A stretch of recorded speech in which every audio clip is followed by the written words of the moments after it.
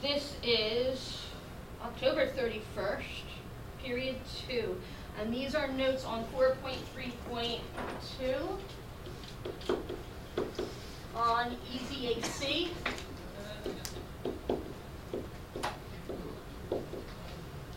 And all of this is written in your notes already, except what? What's new here that wasn't here before?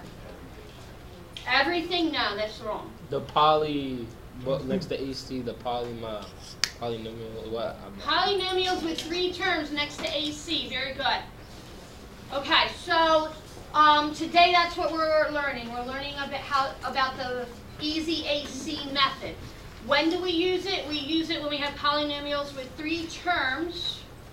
And we're doing the easy problems today. When do we do the easy problems? When a equals 1. So in your notebooks, if you have not done this already, you're going to find the page where you have this list. And then next to AC, you're writing polynomials with 3 terms. And next to easy, you're writing a equals 1. Do you need any more time for that? Right here. All right, write this down.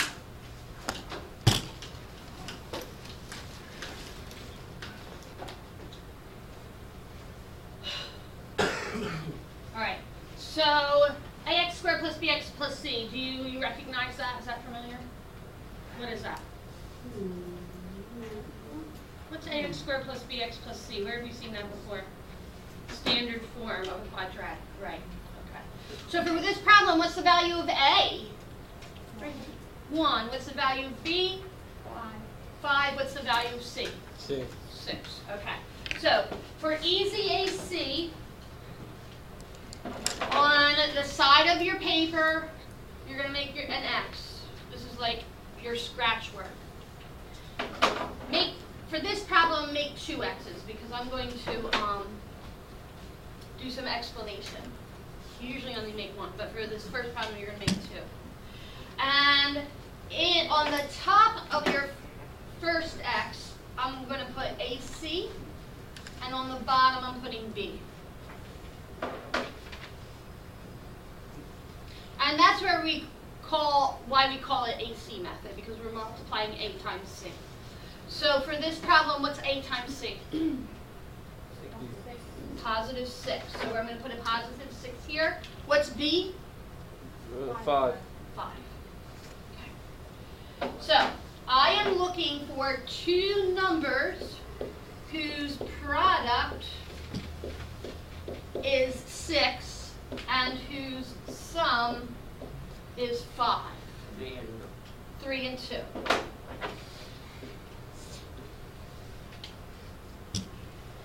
All right, so we are unfoiling here. So I'm going to set up my parentheses as if it was a FOIL problem. And my first times first is going to give me 1x squared. So I'm going to put x times x there. And then my last times last are the 2 magic numbers, the 3 and the 2. That's it. That's your answer. X plus 3 times x plus 2. We good? Next problem. Write that down.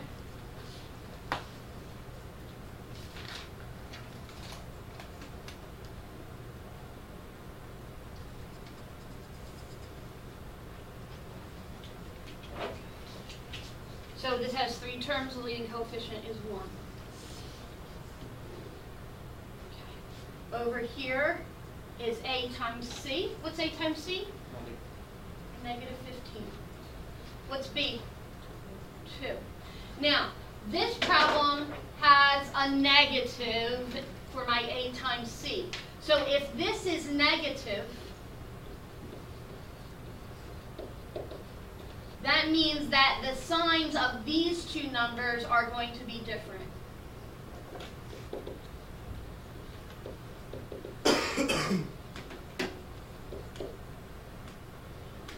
And if the signs of those 2 numbers are different, when you add 2 numbers with different signs, you're really going to subtract. okay? So when I see a negative number up top, I'm looking for two numbers whose product is negative, or its product is 15, but whose difference, or subtracting, gives you 2. What two numbers multiply to 15 and you subtract, you get 2?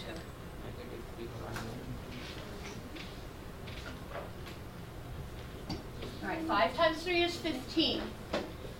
I need to have one sign positive, one sign negative. So I have to figure out which one is positive, which one's negative. So whatever the sign of B is also the sign of the larger number.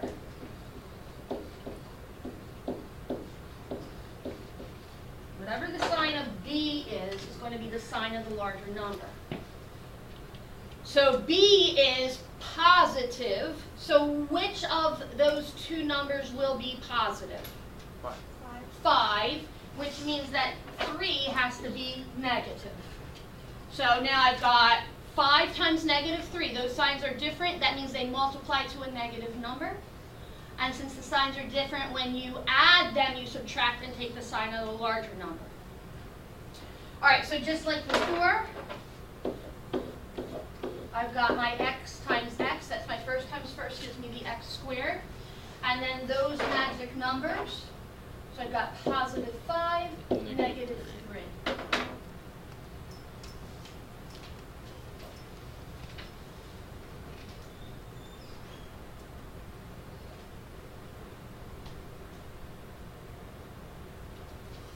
Write that down for me, please.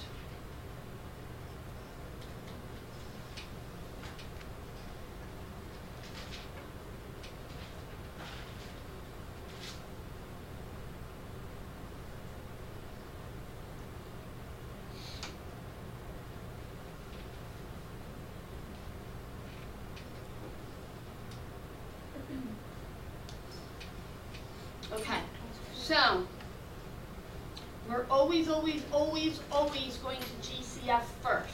That's very important, okay? So sometimes you need to do more than one factoring method, and that's what we're going to demonstrate right now. What's the GCF of this entire polynomial? 2. So I'm going to divide a 2 out of the whole thing. 2x squared divided by 2 is x squared. Negative 2x divided by 2 is negative x. Negative 24 divided by 2 is negative 12. So after you take that GCF, then sometimes, well, always, you have to check to see if what in the parentheses is factorable again using a different method, okay? So what's in the parentheses has 3 terms, and the leading coefficient is 1. That means I'm going to try the easy AC method. So we're looking for factors of negative 12, whose sum is what? What's B? Negative 1. Okay. So since this number again is negative, they're going to subtract to give me 1. What two numbers multiply to 12 and subtract to 1? 4 and 3. Okay, so if that's negative, one of those two numbers is negative. Okay. Which one's negative? 4. Why did I say that? Because 4 is bigger and B is negative. So the larger number gets the same sign as B. All right, bring your 2 down. We're going to make our parentheses. And again, first times first is x times x. And then last times last is the negative 4, positive 3.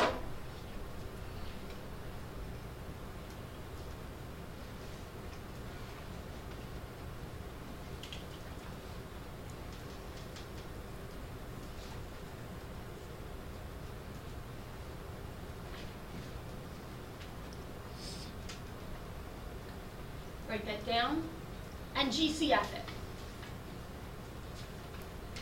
Write that down and then GCF. Okay. So first I'm GCFing 3x. So 3x to the third divided by 3x gives me x squared. Negative 18x squared divided by 3x gives me 6. 6x. 15x divided by 3x gives me 5x. 5. The x cancels. All right, so now what's in the parentheses has 3 terms. The leading coefficient is 1. So A times C is 5.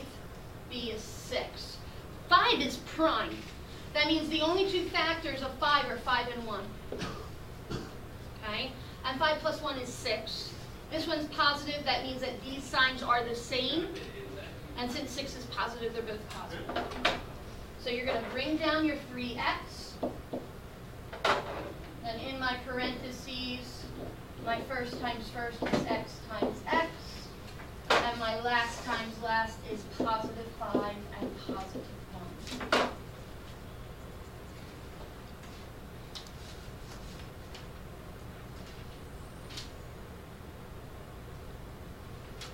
This one has 2 variables. Write that down and I'll show you what you do when you get 2 variables.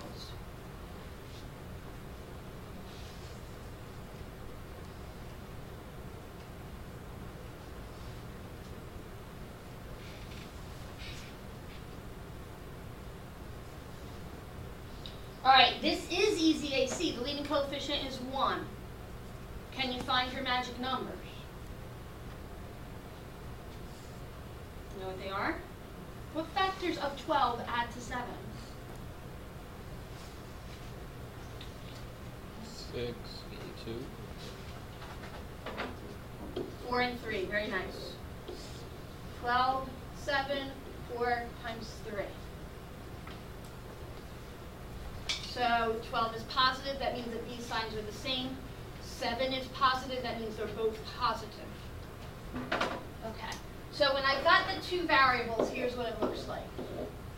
My first times first is going to give me x squared, so I need x times x to make x squared. My last times last has a y squared in it, okay? So that means I need a y times y to give me the y squared. And then I'm just going to use my 4 and my 3. They're both positive, so it's positive 4y,